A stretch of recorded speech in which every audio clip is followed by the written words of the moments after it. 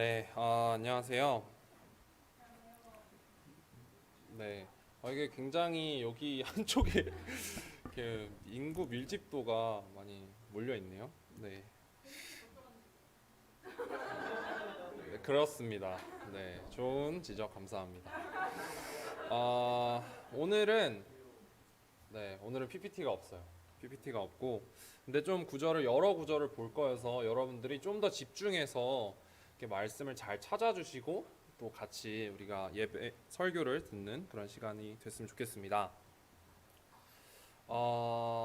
이걸 그냥 아예 잠깐 끌까요? 네. 어, 여러분 요즘 뭐 어떻게 지내셨나요? 지난주에 어떻게 지내셨어요? 다들 그냥 평상시처럼 일하고 학교 가고 그러셨죠? 네. 저는 지난주에 MT를 다녀왔습니다. 되게 우여곡절 끝에 어떻게 해서 속초를 가게 돼서 되게 즐거운 시간을 보내고 왔어요. 그 과정이 좀 어려운 시간이었지만 그 안에서 형제자매들의 섬김이 있었고 또 같이 한 마음으로 또 하나님을 알아가고 또 서로 사랑하는 시간을 보냈습니다. 그래서 원래 좀 사진을 보여드릴까 했는데 사진은 나중에 개인적으로 보시고 싶으면 저한테 말씀해 주시면 보여드릴 거고요. 오늘 설교 제목은 예수님을 주님으로 고백하는 것의 의미, 예수님을 주님으로 고백한다는 것의 의미입니다. 예수님은 나의 주님이십니다. 이 문장은 우리에게 굉장히 낯이 익은 문장이죠. 세례를 받은 분들이라면 우리가 세례를 받을 때 하나님과 형제 자매들 앞에서 이제부터는 내 인생의 주인이 내가 아니라 예수님이라고 고백했던 순간을 떠올리실 수 있을 것입니다.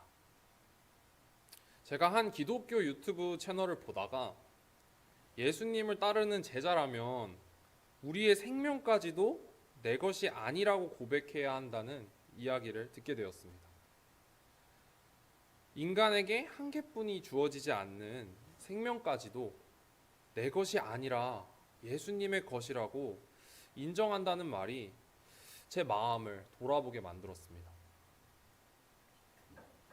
여러분은 예수님을 주님으로 고백하는 것을 생각하면 어떤 마음이 떠오르십니까? 정말로 예수님을 주님으로 고백한다는 의미는 무엇일까? 지금 내 인생의 주인은 누구인가? 예수님이 주인이 되시는 삶의 모습은 어떤 것일까? 저는 이 고백의 의미에 대해서 생각해 보게 되었습니다. 그래서 저는 오늘 우리 함께 예수님을 따라 살기를 원하는 제자가 된다는 것, 예수님을 주님으로 고백한다는 것의 의미에 대해서 같이 생각해 보는 시간을 가졌으면 좋겠습니다. 그래서 다시 한번 오늘 설교 제목은 예수님은 나의 주님으로 고백한다는 것의 의미입니다. 첫 번째 포인트, 오늘 포인트 두 개예요. 첫 번째 포인트는 결과가 아닌 과정에 집중할 수 있습니다. 입니다. 누가복음 10장 1절 그리고 17절 그리고 20절 누가복음 1장 10절 10장 1절 17절 20절 이렇게 세 개의 구절을 읽겠습니다. 제가 읽을게요. 그 후 주님은 72명의 제자를 따로 뽑아 둘씩 짝지어서 자기가 직접 갈 모든 도시와 마을로 미리 보내셨다. 72명의 제자들이 기쁨으로 돌아와 주님의 이름으로 명령했더니 귀신들도 우리에게 복종했습니다. 하고 보고하자. 그러나 20절 그러나 귀신들이 너희에게 복종한다고 기뻐하지 말고 너희의 이름이 하늘에 기록되어 있는 것으로 기뻐하여라. 예수님이 가려고 하셨던 도시와 마을에 보내시는 장면이 나옵니다.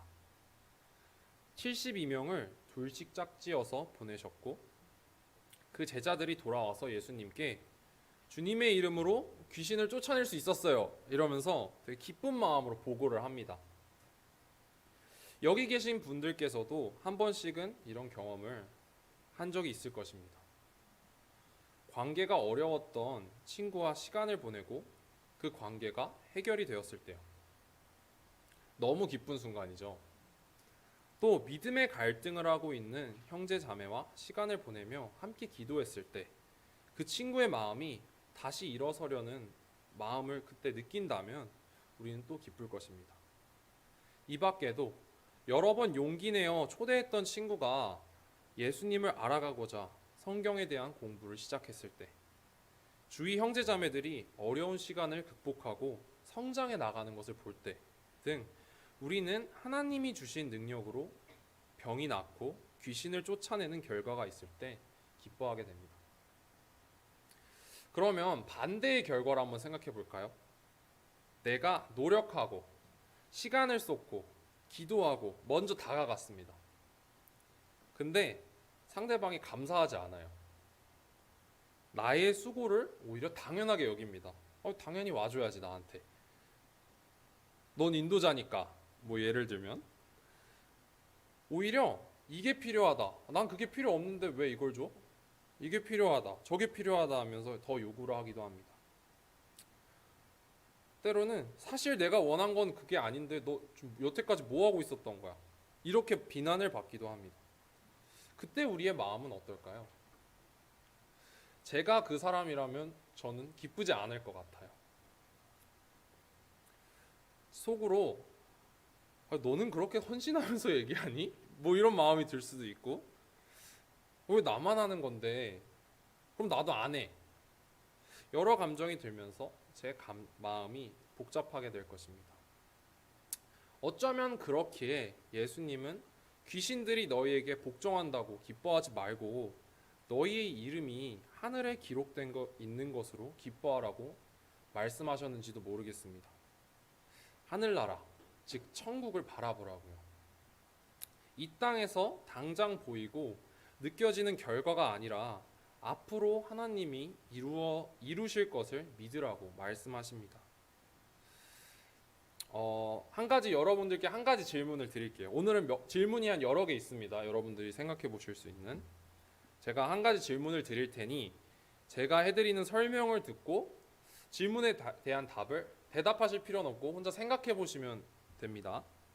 제 질문은 예수님은 이 땅에서 살아계시는 동안 과연 성공한 인도자였을까? 입니다. 예수님은 이 땅에서 살아계시는 동안 과연 성공한 인도자였을까? 설명을 해드릴게요. 여러 기적을 베풀고 수많은 아픈 사람을 고쳐주시고 자신과 같은 마음을 가질 수 있도록 12명의 제자를 인도자로 훈련시켰지만 결과가 어떠했나요? 기적을 베풀었어요. 그랬더니 사탄의 힘으로 귀신을 쫓아낸대요. 그리고 비난을 받습니다. 오히려 수많은 병자들을 낫게 해주었어요. 근데 그 사람들 중에는 어쩌면 자신을 십자가에 못 박으라고 고래고래 소리치는 사람들이 그 안에 있을 수도 있습니다. 심지어는 3년 동안을 매일 같은 곳에서 먹고 자고 함께 시간을 보냈던 소중한 12명의 친구들이 누구는 돈을 받고 자기를 팔아넘기고 심지어는 가장 힘든 순간에 자신을 모른다고 큰 소리로 부인하는 것을 직접 들으시기까지 합니다. 다시 질문을 드릴게요. 예수님은 이 땅에서 살아계신 동안 성공한 인도자였을까요? 같이 말씀을 보시겠습니다. 누가복음 22장 42절. 누가복음 22장 42절. 현대인의 성경 버전인데 같이 한번 읽어볼까요? 네, 다른 버전이신 분은 시작할게요. 시작. 아버지께서 원하신다면 이 고난의 잔을 내게서 거두어 주십시오. 그러나 내 뜻대로 마시고 아버지의 뜻대로 하십시오. 너무 잘 아는 장면이죠. 겟세마네 동산에서 예수님은 하나님께 고난의 잔을 거두어 달라고 기도하십니다. 그러나 본인의 뜻이 아닌 하나님의 뜻대로 해달라고 하십니다. 예수님은 이 땅의 기준에서는 믿었던 친구들에게까지 배신을 당한 사람이었습니다. 이 땅의 기준에서는 좋은 결과를 얻지 못했습니다. 그러나 예수님은 하나님을 주님으로 고백했습니다. 예수님은 당장의 결과가 아니라 그 순간에 믿음의 선택을 하신 것입니다. 예수님은 결과가 아니라 믿음의 과정에 집중하셨습니다. 귀신을 쫓아내고 병자들이 낫는 것에 집중했다면 너무나 좌절스러운 결과겠죠. 그러나 하나님께 모든 것을 맡기셨을 때 그 결과는 완전히 바뀌게 됩니다. 예수님을 주님으로 고백한다는 것은 눈앞에 보이는 결과가 아니라 하나님의 능력과 계획을 신뢰하며 맡기는 것 같아요. 내 뜻대로 되지 않는다고 실망하고 좌절하기보다 하나님이 이루어 나가실 것을 믿고 하나님의 뜻에 집중하며 매 순간 믿음의 선택을 하는 그 과정에 집중하는 것이죠. 말씀 한 구절 더 보겠습니다. 이건 조금 긴데요. 사무엘하 16장 5절 그리고 7절에서 11절입니다. 사무엘하 16장 5절 그리고 7절에서 11절 제가 읽겠습니다. 다윗과 그 일행이 바후림에 이르렀을 때 한 사람이 마을에서 나와 그들을 저주했는데 그는 사울의 집안 사람 중에 하나인 게라의 아들 시므이라는 자였다. 7절 시므이는 또 다윗을 보고 저주하였다. 살인자여 악한 이여 여기서 사라져라. 여호와께서 사울과 그 가족을 죽인 죄를 너에게 갚으셨다. 내가 사울의 왕위를 빼앗았으나 이제 여호와께서 그것을 너희 아들 압살롬에게 주었구나. 너는 사람을 죽인 죄로 이제 벌을 받아 망하게 되었다. 이때 스루야의 아들 아비새가 어째서 왕은 이 죽은 개 같은 녀석이 왕을 저주하도록 내버려 두십니까? 제가 가서 당장 저놈의 목을 베어버리겠습니다. 하였다. 그러나 왕은 그에게 이렇게 대답하였다. 이건 내가 상관할 일이 아니다. 여호와께서 나를 저주하라고 말씀하셨기 때문에 그가 나를 저주하고 있다면 누가 그에게 네가 어째서 이렇게 하느냐고 말할 수 있겠느냐? 내 몸에서 난 아들도 나를 죽이려고 하는데 하물며 이 베냐민 사람이야 말할 게 있겠느냐? 여호와께서 저에게 그렇게 하라고 말씀하신 것이니 내버려 두어라.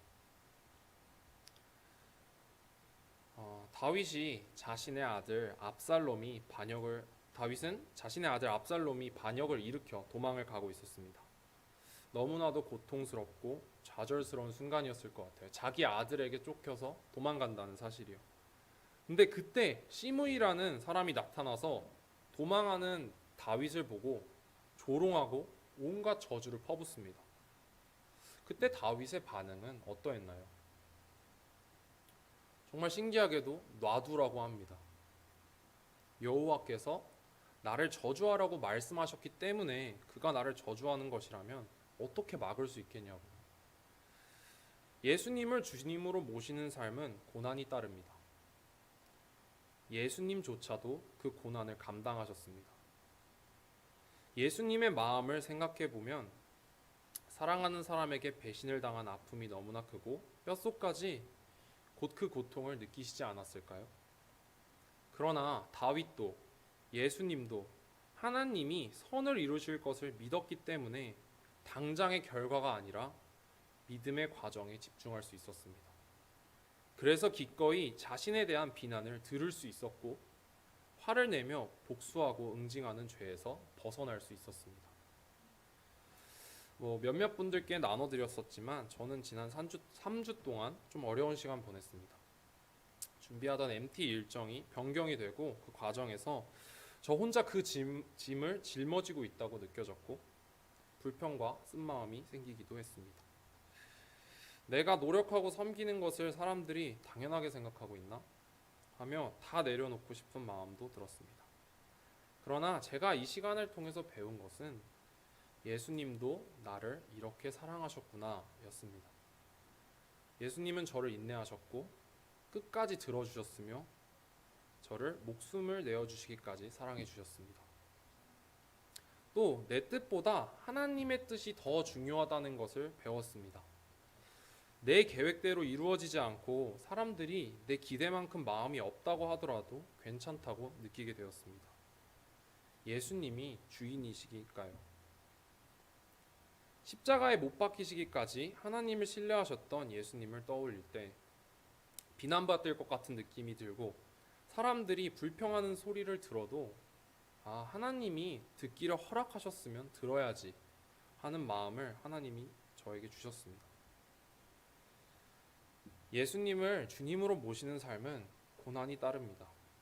그러나 예수님은 당장의 결과에 집중하지 않으셨습니다. 예수님은 하나님이 이루어 나가실 것의 과정에 집중했고 그 고난의 순간에 믿음의 결정, 믿음의 선택을 하는 것에 집중하셨습니다. 예수님은 이 땅에 생명까지 내어주려고 오셨습니다. 정말 모든 것을 다 주려고 오셨습니다. 이런 예수님이 우리의 주님이십니다. 그렇다면 우리가 지금 집중해야 할 것은 무엇일까요? 두 번째 포인트입니다. 예수님의 눈, 예수님의 시선으로 바라볼 수 있습니다. 예수님의 눈, 예수님의 시선으로 바라볼 수 있습니다. 입니다. 말씀을 보시겠습니다. 누가복음, 이것도 좀 끊어서 가져왔는데 누가복음 8장 41절에서 42절 그리고 49절 그리고 52절에서 53절입니다. 누가복음 8장 41절에서 42절 49절 52절에서 53절 제가 읽겠습니다. 그때 야이로라는 회당장이 와서 예수님의 발 앞에 엎드려 자기 집에 와주시기를 간청하였다. 이것은 12살쯤 되는 그의 외딸이 죽어가고 있었기 때문이었다. 49절 예수님이 아직 말씀하고 계실 때 회당장의 집에서 사람이 와서 따님이 죽었습니다. 이제 선생님을 더 괴롭히지 마십시오 하였다. 52절 사람들은 모두 소녀의 죽음을 슬퍼하며 울고 있었다. 그때 예수님이 울지 말아라. 소녀는 죽은 것이 아니라 자고 있다 하고 말씀하시자 사람들은 소녀가 이미 죽은 것을 알고 있기 때문에 예수님을 비웃었다. 예수님은 야이로라는 회당장이 찾아와서 예수님 앞에 야이로라는 회당장이 찾아와서 자신의 딸을 살려달라고 하는 간청하는 장면이 나옵니다. 예수님이 그곳에 가시니 이미 소녀는 죽어 있었고 가족들과 주위 사람들은 슬퍼하며 울고 있었습니다. 그러나 그때 예수님은 울지 말라고 말씀하십니다. 그리고 소녀는 죽은 것이 아니라 자고 있다고 말씀하십니다. 그리고 결국 소녀는 고침을 받습니다. 그곳의 사람들과 예수님은 분명 같은 것을 보고 있었고 같은 것을 사실을 알고 있었지만 서로가 본 것은 달랐습니다. 또 다른 말씀을 보시겠습니다. 마가복음 8장 11절에서 12절 마가복음 8장 11절에서 12절 바리새파 사람들이 와서 예수님과 논쟁을 하기 시작했다. 그들은 예수님을 시험하려고 하늘에서 오는 기적을 요구하였다. 그래서 예수님은 마음속 깊이 탄식하시며 왜 이 세대가 기적을 요구하는가? 내가 분명히 말하지만 이 세대에 그런 기적을 보여주지 않겠다 하고 말씀하셨다. 바리새파 사람들도 예수님을 찾아와서 기적을 요구했습니다. 하지만 예수님은 기적을 행하시지 않으십니다. 예수님이 이것을 볼 때 예수님은 모든 사람에게 기적을 베푼 것은 아니었습니다. 예수님은 원하지 않는 사람들에게는 그들의 선택을 존중해 주셨습니다. 그들이 예수님을 받아들일 준비를 하지 않았기 때문에 함부로 기적을 보이시지 않은 것이죠. 그렇다면 소녀의 아버지와 바리새파 사람들이 달랐던 점은 무엇일까요? 그들은 바라보는 관점에서 차이가 있었습니다. 소녀의 부모는 예수님이라면 죽어가는 딸을 살리실 수 있을 것이라고 믿었습니다. 소녀의 아버지의 시선에서는 자신의 딸이 분명히 죽었습니다. 그러나 그는 예수님의 시선으로 그 상황을 바라보려고 했고, 그랬을 때 예수님은 기적을 행하십니다. 반면에 바리새파 사람들은 예수님의 시선, 예수님의 눈으로 바라보려고 하기보다 자신의 뜻, 자신의 생각으로 가득 차 있었기 때문에 예수님은 바리새파 사람들 앞에서는 기적을 행하실 수 없었습니다. 예수님을 주님으로 고백하는 것의 또 다른 의미는 이제는 나의 시선, 남들의 시선, 세상이 보는 시선이 아니라 예수님의 눈으로 바라보겠다는 결정입니다. 그렇기에 내가 지금 가지고 있는 관점을 내려놔야 합니다. 그리고 예수님의 음성과 능력을 받아들일 열린 마음을 준비해야 합니다. 예수님의 눈으로 나 자신, 다른 사람들, 이 세상, 내가 속한 미니스트리를 바라봐야 하는 것이죠. 우리가 죄를 지었을 때를 생각해 볼까요? 저는 죄를 지었을 때 내 자신을 연민하고 스스로 고통을 받고 대가를 치러야 마음이 편해질 것 같다는 생각이 들 때가 있습니다. 하지만 결국 이것도 죄책감이 들고 후회가 되기 때문에 이렇게 하면 내 마음이 편해질까? 하는 생각에서 비롯된 것 같습니다. 이때 우리는 예수님의 관점으로 나 자신을 바라보는 것이 필요합니다. 예수님이 나를 어떻게 바라보시는지, 내가 어떻게 반응하고 나아가기를 바라시는지를 생각해 봐야 합니다. 예수님이 베드로에게 말씀하셨듯이 예수님은 저와 여러분을 불쌍히 여기십니다. 그리고 회개하고 뉘우치고 돌아와 형제들을 굳세게 하라고 하십니다. 우리가 죄의 허물을 벗어버리고 다시 일어나 예수님의 사랑과 은혜를 기억하기를 바라시는 것입니다. 우리가 내 시선이 아닌 주님의 시선으로 나를 바라볼 때 가능한 것이죠. 직장 동료들, 학교에 있는 친구들을 바라볼 때도 예수님은 예수님이라면 이 사람들을 어떤 시선으로 바라보실까? 그리고 예수님은 내가 어떤 눈으로 그들을 바라보기를 바라실까? 를 우리 같이 기도했으면 좋겠습니다. 미니스트리도 마찬가지입니다. 예수님이 시선이 아닌 나의 시선, 다른 시선으로 본다면 낙담이 되고 초라하게 보일 수 있습니다. 그러나 예수님을 주님으로 고백한 우리가 예수님의 시선으로 바라본다면 희망을 볼 것이며 그 안에 놀라운 은혜와 보물을 발견할 것을 저는 확신합니다. 말씀 보시겠습니다. 빌립보서 4장 6절. 빌립보서 4장 6절. 이건 같이 한번 읽어보겠습니다. 시작.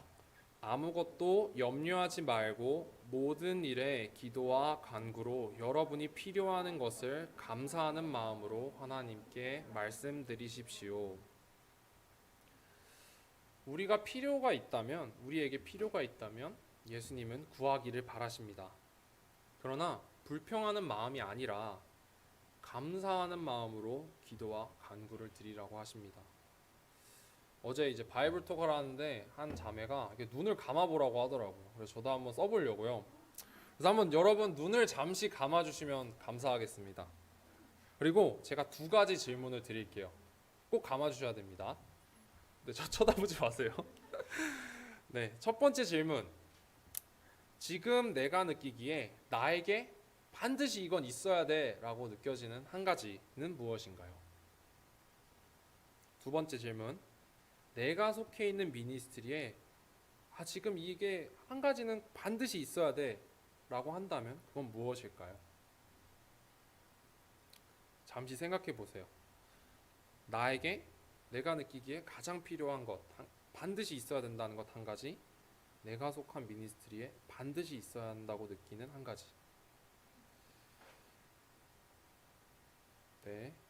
생각해 보셨나요? 네, 눈을 잠시 떠주시고요. 어쩌면 여러분이 느끼고 생각하는 것이 정말로 필요할지도 모릅니다. 필요할 수 있어요.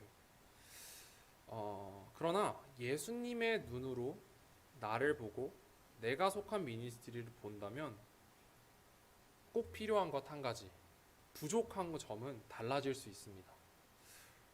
그러면 다시 한번 생각해 볼까요? 잠시 다시 눈을 감아주시고 이번에는 내 시선이 아니라 예수님의 시선으로, 예수님의 눈으로 바라보겠습니다. 나에게 필요한 것 한 가지, 내가 속한 미니스트리에 필요한 것 한 가지는 무엇일까요? 네, 너무 같이 참여해 주셔서 너무 감사합니다. 눈을 떠주시고요. 여러분들은 또 어떤 것을 떠올리실지 모르겠지만 저는 뭐 이 미니스트리에 가장 필요한 게 전임, 뭐 형제자매들의 헌신, 뭐 사랑, 세례, 열매, 모임에 더 많이 참여하고 모임이 늘어나는 거 이런 게 아니라 예수님의 눈으로 바라보려는 믿음이 떠올렸습니다. 마가복음 8장 19절에서 21절 보겠습니다. 마지막 구절입니다. 마가복음 8장 19절에서 21절. 내가 빵 5개로 5천 명을 먹였을 때 남은 조각을 몇 광줄이나 거뒀느냐. 그때 제자들이 12광줄이입니다 하고 대답하자 예수님은 다시 물으셨다. 또 빵 7개로 4천 명을 먹였을 때 남은 조각을 몇 광줄이나 거뒀느냐. 7광줄이입니다. 그래서 예수님은 제자들에게 너희는 아직도 깨닫지 못하느냐 하고 말씀하셨다. 예수님은 빵 5개로 5천 명을 먹이고 12광주리를 거두셨습니다. 또 빵 7개로 4천 명을 먹이고 7광주리를 거두셨습니다. 이게 믿어지시나요? 믿어지세요? 놀라운 믿음을 가지셨습니다. 그냥 이성적으로 생각해 봤을 때 어떻게 빵 7개로 혼자 7개를 먹었다는 말이 더 말이 되지 않을까? 뭔가 그런 생각이 들 수 있잖아요. 근데 예수님은 분명하게 말씀하십니다. 너희는 아직 깨닫지 못했느냐고. 제자들에게 필요한 것은 더 이상 빵이 아니었습니다. 예수님이 왜냐하면 주실 수 있으니까요. 그러나 제자들에게 정말로 필요했던 것은 예수님의 눈으로 바라볼 수 있는 믿음이었고 예수님의 음성에 귀를 기울이는 태도였습니다. 우리가 느끼기에 부족한 것은 우리 주변에 항상 있습니다. 그리고 그것을 구하지 말라는 의미가 절대 아닙니다. 우리는 감사하는 마음으로 기도하고 구해야 합니다. 그러나 예수님은 우리가 믿음의 눈, 예수님의 시선으로 바라보기를 바라십니다. 내 자신을 예수님의 눈으로 바라보고 주위 사람들을 예수님의 눈으로 바라보시는 여러분이 되시기를 바랍니다.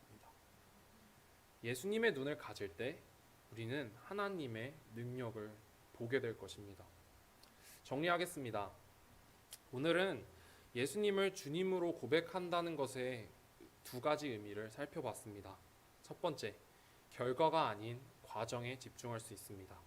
두 번째, 예수님의 눈, 예수님의 시선으로 바라볼 수 있습니다입니다. 예수님을 주인으로 고백하는 삶은 자유롭고 풍성하고 은혜가 넘칩니다. 주위의 어려운 일과 고난에도 희망을 볼 수 있는 삶입니다.